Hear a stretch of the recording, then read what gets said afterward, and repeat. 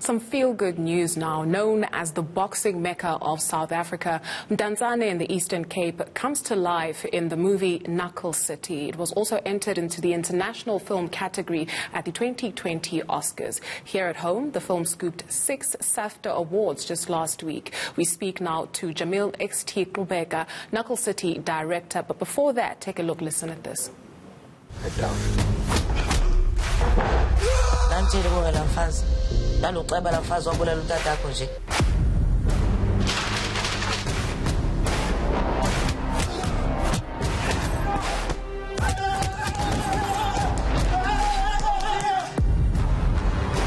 Skipper no joke.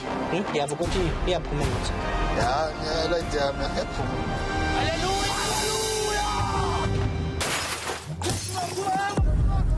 Let's reintroduce Knuckle City director Jamil Xt. Very good afternoon to you, and thank you so much for joining us. I guess a big congratulations is in order when you think of Vuyani Bunga and Usisno Nitenga. It's no wonder that Mdantsane is known as the boxing mecca of South Africa. Why was it important for you to tell the story? Thank you for having me on your show, and thank you for the wishes. It was important for me because I think to a large degree, you know, I've always wanted to tell the story because I'm from this place. Every time growing up with film and the archetypes of film, I've always looked at movies, especially these boxing films, and I've always been like, Mdantsane has that story to tell.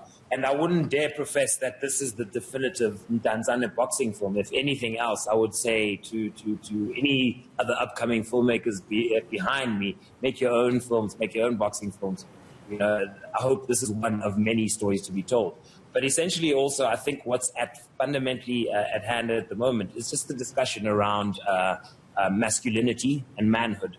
What does it mean to be a man in modern society, and what contribution can man bring?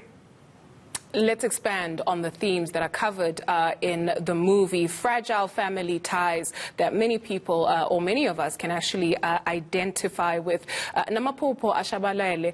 So what influenced this specifically? Well, for me, I mean, essentially, you know, when I look at the breakdown of family in terms of society, that was really the main issue that spurred it on. It's the idea of in a township society where fundamentally there are no fathers in most households. It's the idea around where do you get your archetypes growing up? Where do you get your heroes from? And quite often in a lot of these impoverished neighborhoods, your heroes are the gangsters. Your heroes are the flashy guys. Your heroes are essentially that which chances are in today's world is not really appropriate.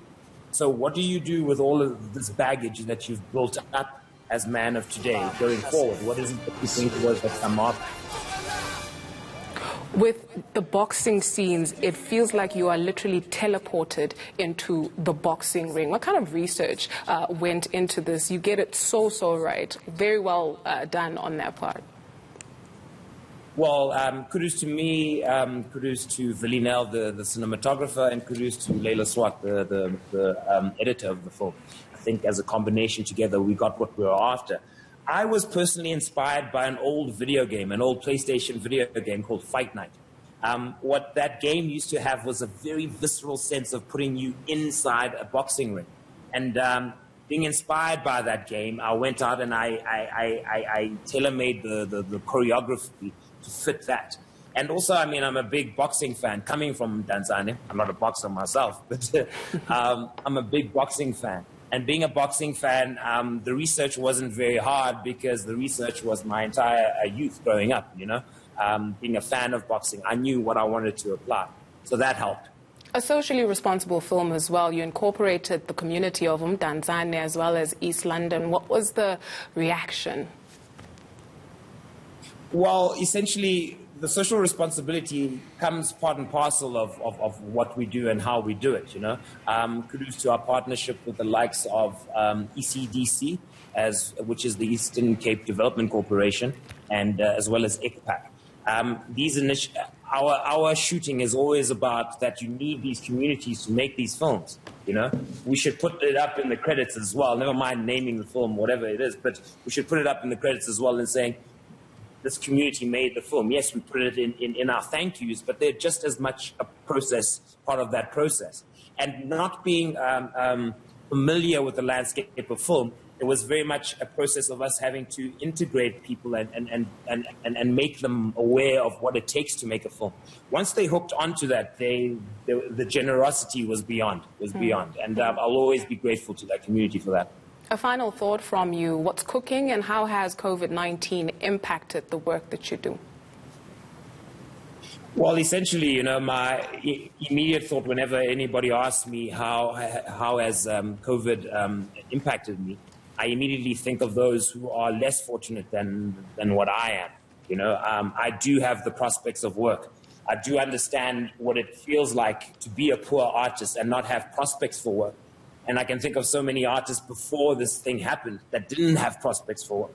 So firstly, my hat off to those people, and I think of them all the time because their problems are way more serious than anything that I could possibly encounter.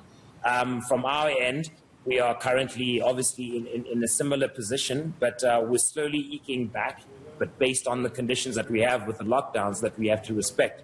So basically, we are in pre-production in a big epic series called Blood Psalms. We'll call it, for the sake of understanding for our viewers, an African Game of Thrones. Very excited about that. It's set like 11,000 years ago in the past, sword and soul, I call it, in terms of genre. But all of that is creeping back. Obviously, we have to be quite conducive to what the conditions are. I believe at the moment you can only have about five actors in a space at any given time, and about 50 in terms of crew at any totality. So we're looking back at our schedule and we're trying to be as pragmatic as possible. You know, the producers are working hard to try and see what we can shoot in the meantime. But there's a lot of prep to be done. We're building sets. We're doing a lot of stuff in that way.